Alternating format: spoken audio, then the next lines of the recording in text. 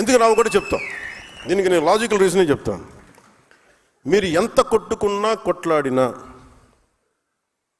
మీ vote శాతం certain, అది తగ్గుద్దా పెరుగుద్దా మీరు కాబట్టి ఇంకొకరికి వెళ్తుంది ఆ పార్టీ, ఆ ఓట్ బ్యాంక్. కానీ నేను ప్రత్యేకించి నా కంఠంలో ప్రాణం ఉన్నంత వరకు ఆంధ్రప్రదేశ్కి, తద్వారా భారతదేశాన్ని సమగ్రతకి భంగం వాటిల్లకుండా చూసుకునే బాధ్యత. దానికోసం ఎన్ని ఎత్తులైనా వేస్తాం. అవసరం అయితే అంటే అందుకనే చెప్తున్నా, మీరు ఆ భాషను వదిలేయండి.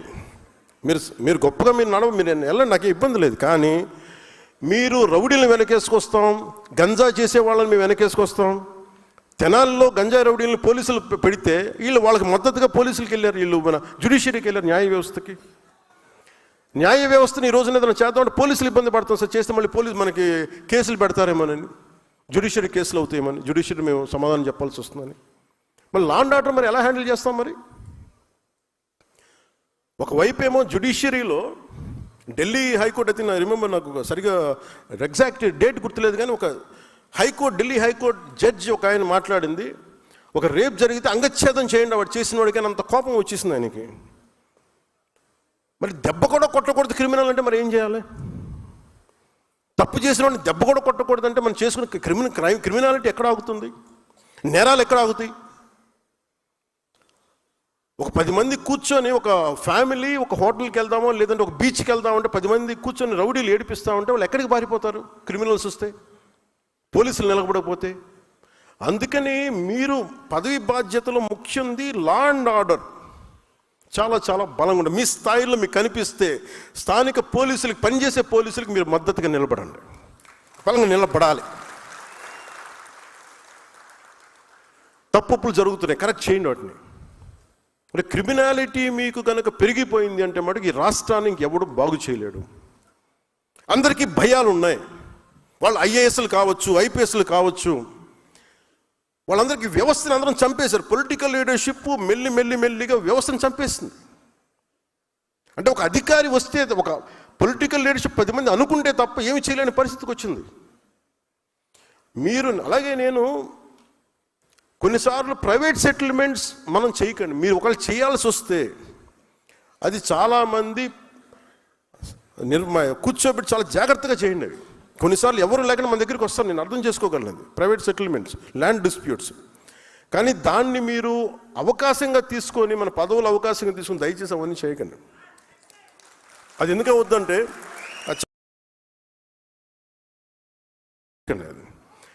అది ఎందుకు అది ఏమైపోతుందంటే మళ్ళీ మనకి ఉన్నామా, మీరు కూర్చోండి, అది ఏం జరుగుద్ది అంటే మనం కనుక మనం కనుక కరెక్ట్ చేయకపోతే మనకిను ప్రీవియస్ గవర్నమెంట్కి తేడా ఏముంటుంది అది మీరు ఆలోచించండి. ఈ రోజున మీకోసం చొక్కాలు చించుకొని రోడ్ల మీద ఆడపిల్లలు ఇబ్బంది పడి వచ్చి ఓట్లేసినందుకు మనం కృతజ్ఞతగా మనం వారికి ప్రజలకి నిలబడకపోతే మనందరం తలదించుకోవాల్సి వస్తుంది. నేనైతే తలదించుకోను. నా పార్టీని మొత్తం ప్రజలకే, ప్రజల సమస్యను నేను వినదలుచుకున్నాను. వారి సమస్య కోసమే, వారి అవసరం మేరకే నేను ఉంటాను. నాకు పార్టీ కంటే కూడా ప్రజలు చాలా, భద్రత చాలా ముఖ్యం నాకు. కూర్చోమ్మా, నువ్వు కూర్చో. సభా సంస్కారం ఉండాలి కదా మీకు, భద్రత మీకు. సో లా అండ్ ఆర్డర్ మటుకు you have to get into control. మీ చేతుల్లోకి రావాలి, చెప్పాలి.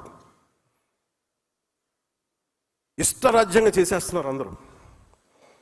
ఎందుకంటే ప్రజలు ఒకసారి తిరగబడ్డారంటే ఇప్పుడేం చెప్పరు మీకు. ఎలక్షన్లు వచ్చేవారు ప్రజలు ఎవరు చెప్పరు, మీరు గుర్తుపెట్టుకున్నది. మన నాయకులు కూడా అదే చెప్తున్నారు, మీరు ప్రజలు ఇప్పుడేం చెప్పరు, భయపడతారు. కానీ ఎన్నికలు వచ్చినప్పుడు మటుకు వాళ్ళ కోపం అప్పుడే చూపిస్తారు, గత ప్రభుత్వానికి చూపించినట్టుగా. అది మర్చిపోకండి, అది ఎప్పుడు మర్చిపోకండి. సమస్య కోపం వచ్చిన రోజున వాళ్ళు ఏం చేస్తారు, మనం అప్పుడు కష్టాలు వస్తాయి. నాకు ఎందుకు భయం లేదని, నాకు ఓడిపోయినా గెలిచినా నేను ఎప్పుడు మారలా. నేను ఎప్పుడు ప్రజల కోసం పనిచేశాను, ప్రజల కోసమే పనిచేస్తాను. అందుకని మీరు దయచేసి 2 చేతులు జోడించి చెప్తున్నాను, దయచేసి ప్రజల్ని ఇబ్బంది పాలు చేసే ఈ పవర్ని దయచేసి మిస్యూజ్ చేయకండి. నేను మిస్యూజ్ చేయను. మీరు మిస్యూజ్ చేస్తానంటే చూస్తూ కూడా కూర్చోండి.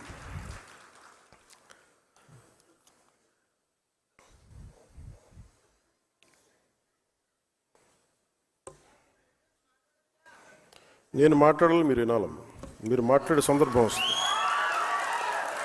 ఇది మాటామంతి కార్యక్రమం లేదంటే జనవాణి కార్యక్రమం అంటే మీరు లెటర్లు ఇవ్వండి ఇటు సైడ్ నుంచి, లేదంటే మాటామంతి అంటే ఇది పదవి బాధ్యత. ఇది కూడా చాలా ముఖ్యం కదా. పదవి బాధ్యత అంటే ఇదే కదా. ఎప్పుడు మాట్లాడాలి, సందర్భోచితంగా ప్రవర్తించాలి కదా, సందర్భానుసారం మాట్లాడాలి కదా. అలాగే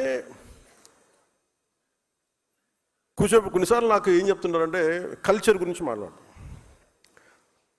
ఉదాహరణకి మొన్న టీటీడీ నుంచి నిధులు మన కొండగట్టు, కరీంనగర్ కొండగట్టు ఆంజనేయ స్వామికి వాళ్ళు ఇవ్వడం జరిగింది.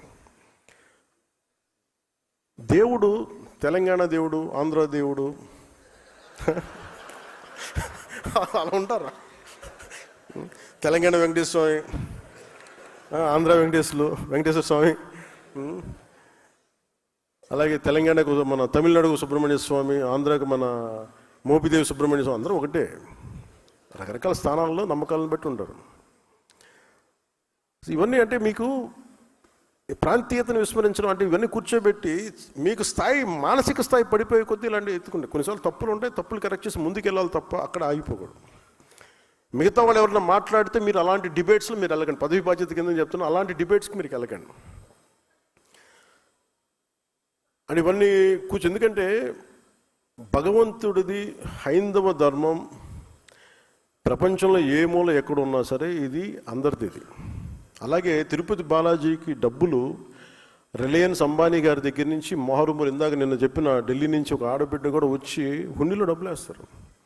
ఆ డబ్బులు ఎక్కడికి వెళ్ళాలి ఏంటి అనేది అది స్వామివారి, అది వారిష్టం. అది ఆయన ఎవరి ద్వారా నోటు పలికిస్తారు, ఎవరి ద్వారా చేయిస్తారో అది ఆయనది, అది మనకు సంబంధం లేదు.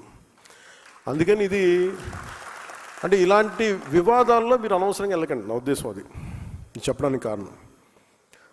అలాగే అంతర్వేది రథాలు కానీ, ఎందుకంటే సెన్సిటివిటీ ఇంకో ఈ మధ్యన ఏమైపోయిందంటే కులాల మధ్య చాలా ఇబ్బందులు అయిపోతున్నాయి. నేను పిఠాపురం చిన్నపిల్లలు కులాలతోటి మాట్లాడేసుకుని వాళ్ళు ఎవరో వెళ్ళి ఇంటర్వ్యూలు చేశారంటే ఇవన్నీ మాట్లాడుతుంటే ఇంత చండాలం అయిపోయారండి మనుషులు అనిపించింది నాకు. నేను చిన్నప్పుడు చదువుకున్న స్నేహితుడు ఎవరో ఏంటో తెలియదు, ఏ కులమో తెలియదు. అందరం రీజనబుల్ స్కూల్స్ నుంచి చదువుకున్నాం. ఎక్కడ కూడా మా పక్క స్నేహితులు ఏ కులం అని తెలియలేదు. ఒకవైపు ఏమో అంబేద్కర్ గారి పేరు చెప్పి అనైలేషన్ ఆఫ్ క్యాస్ట్, కుల నిర్మూలన మాట్లాడతాం, ఇంకోవైపు కులాన్ని ఎగదోస్తూ ఉంటాం. BC schools, BC social welfare, SC ST welfare అని మనమే విడగొట్టి ఇవన్నీ చేస్తుంది. జరగవా? అసలు పిల్లలకి కులం లేకుండా చేయవచ్చు కదా ముందు. అసలు ఒకటే స్కూల్ ఎందుకు పెట్టకూడదని ఆలోచన కలుగుతూ ఉంటుంది. ఎవరికి ఆలోచన అసలు నేను పెడదామా లేదా అంటే ఒకసారి మాట్లాడాల్సి వస్తుంది. ఎందుకు పబ్లిక్ డిస్కోర్స్లో మాట్లాడుతున్నా అంటే బిఫోర్ ఐ